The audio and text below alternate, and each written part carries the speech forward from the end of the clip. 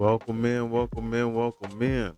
Don't forget to like, comment, subscribe, and tell me what you think in the comments. One gonna be a little long one, but if you bear with me and we get to the end of this thing, we gonna have something good to talk about. Well, we already got something good to talk about. Well, I don't know. Y'all may not like me for this one, but let's get into it and get it done. You have taken the position that this police officer is justified. I would like you to explain your position, then I'm going to go to our other panelists for their opinion. What say you? All right, so I want to make sure we're clear. Justification is not is justified in the death of this young lady. Justification is the justified use of force. So I don't condone any of his actions before the shooting. I don't think. Okay, so we understand it because we see what the news guy is doing, but to understand he's talking about the law itself. It's like the law, not the person portraying the law. He's talking about the law itself. The thing will say this will be justified because you feel or there was something imminent, but this is still the finicky law because at the end of the day, well, I won't say this until later because I'm gonna give away the story, which y'all probably already know the story anyways. We talked about it before.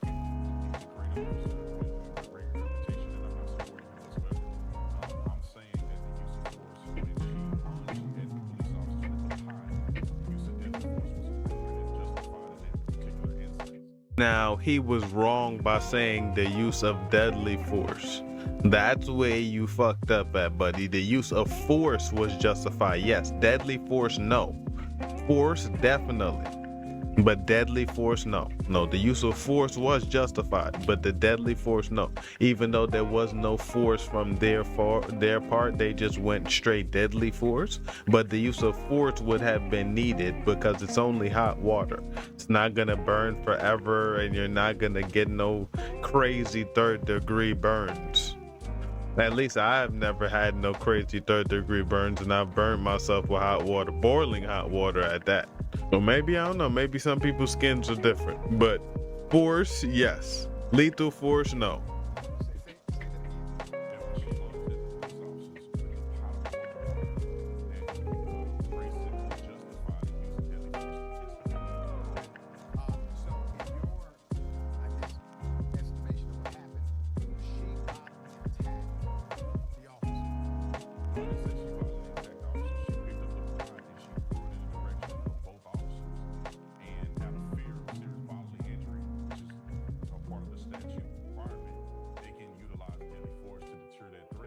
And that's where this thing get a little finicky because in the eyes of the law, that will be justified for them because even if it doesn't kill, it still leaves some type of harm, and that's where everything gets skewed. I'm not a lawyer. I'm pretty sure they can convict somebody off this, but I think he didn't get convicted off of this. For me, so it's like that's where the argument would lie in this whole thing is like, if everything was fine and then we get to a point where everything is not fine, what did you do beforehand? And if everything you did beforehand was okay, then that will be fine, which is probably what happened.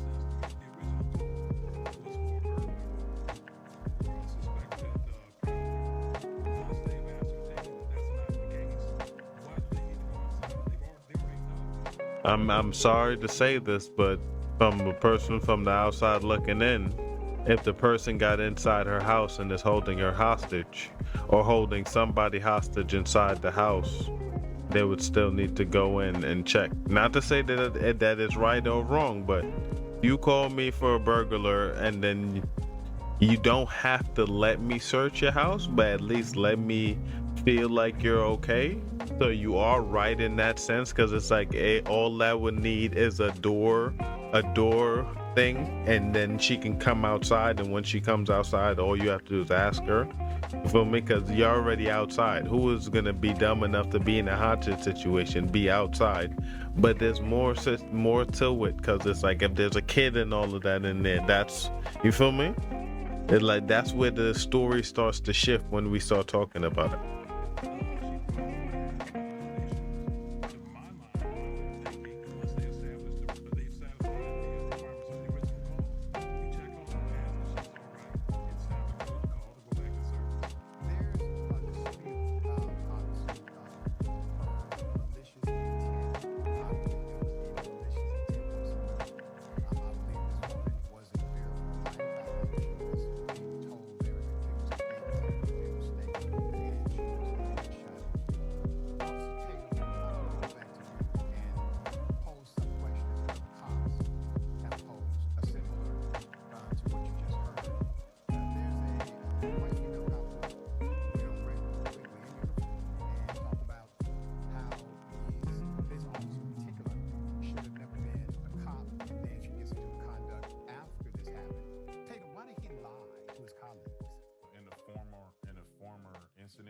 Well, he's been lying. I'm not even talking about the other incidents where we know he lied on police reports, which is official misconduct, violation of oath of office, etc. I'm talking about this time. As soon as his colleagues arrived, he told a narrative of an aggressive, violent individual. As a matter of fact, he said she was a crazy B word. All right? That's unprofessional, naturally, but it goes to his state of mind, brother. In a court of law, that goes to state of mind. If you believe you're dealing with a crazy B word rather than a person experiencing either a mental health. Yeah, and this is why I kind of don't be liking news people, because he already said from the start, yo, bro, I'm not saying nothing he did was right.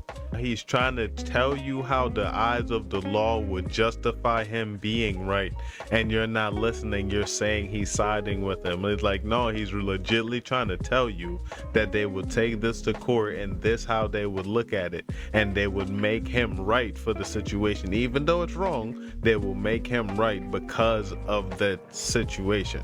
But y'all not listening. Like, you just trying to, oh, you think this way. I don't think he's thinking that way, because technically he's thinking correctly. He's talking about the situation instead of having feelings about the situation.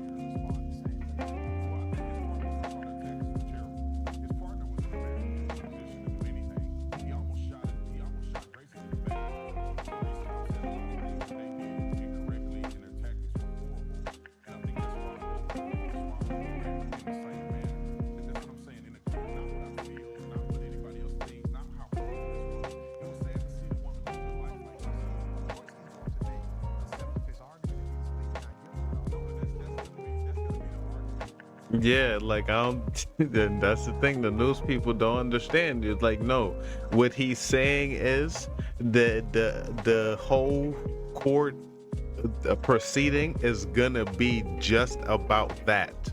Not about anything else, not about him using lethal force, not about her throwing the water, none of that. Like, all of that will be explained, but the whole premise to the whole side of the story would just be the self-defense. Because that's what it is, really. It's like, why did you shoot her?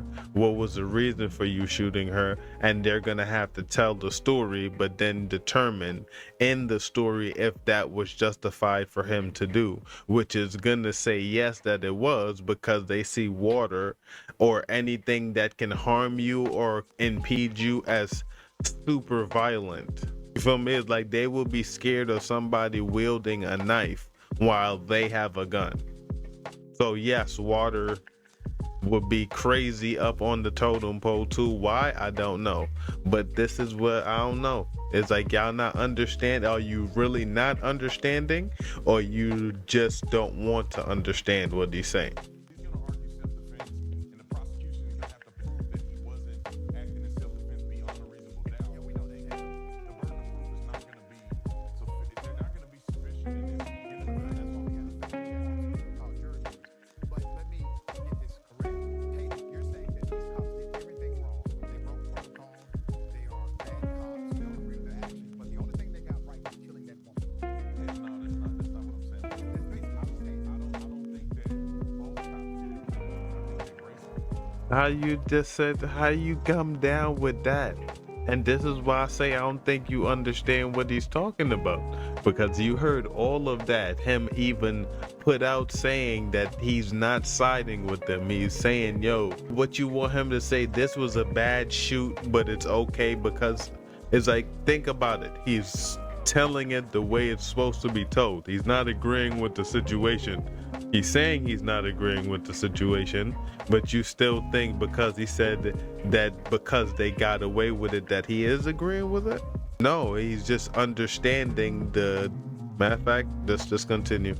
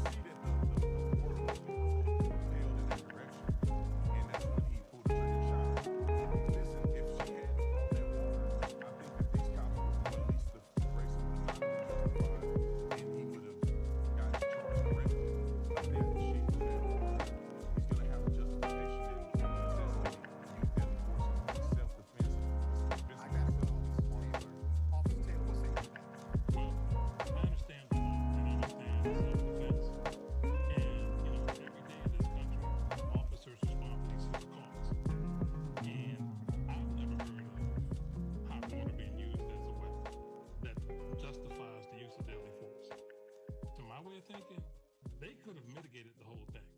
Number one, they didn't have to be inside the residence with her. That's number one. Number two, if they were going to be in the residence, you got an officer primary and you got a backup officer.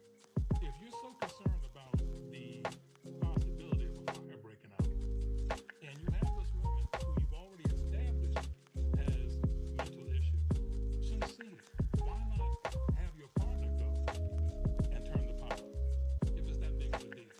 Again, I still don't understand why they were both inside the residence asking for her ID. I can As if they're explain trying to run her for warrants or whatever. Makes no sense. I can explain it. I agree with you that when you look at it after the fact, there's some things that I wish that they would have done differently. But it wasn't unlawful to be in her house at the time of the incident.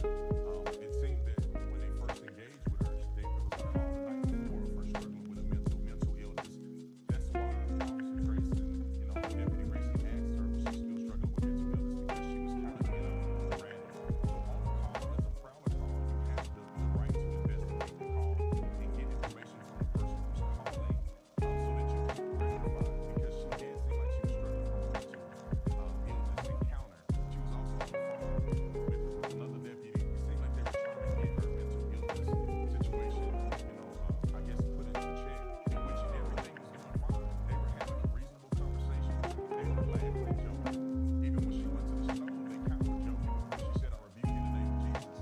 And so I think that that's where the storyline is going to go in the court of law. Yeah. Like, and that's where I stopped at, because it's like, yo, everything was fine. I watched that video. That shit was fucking horrible. I'm pretty sure if you're watching this, you probably seen that video. But yeah, everything was fine until that moment. Even said she didn't try to throw the pot in my video because I didn't see her throw it. And in the back of my head, I'm gonna continue to say, yo, boiling water is not that bad. And think about it, you got your shirt on, your vest on, all of that. So all the extremities that will make you feel bad other than your face, you would have been fine. It'll burn for a couple minutes. You'll be all right. But y'all tell me what y'all think in the comments.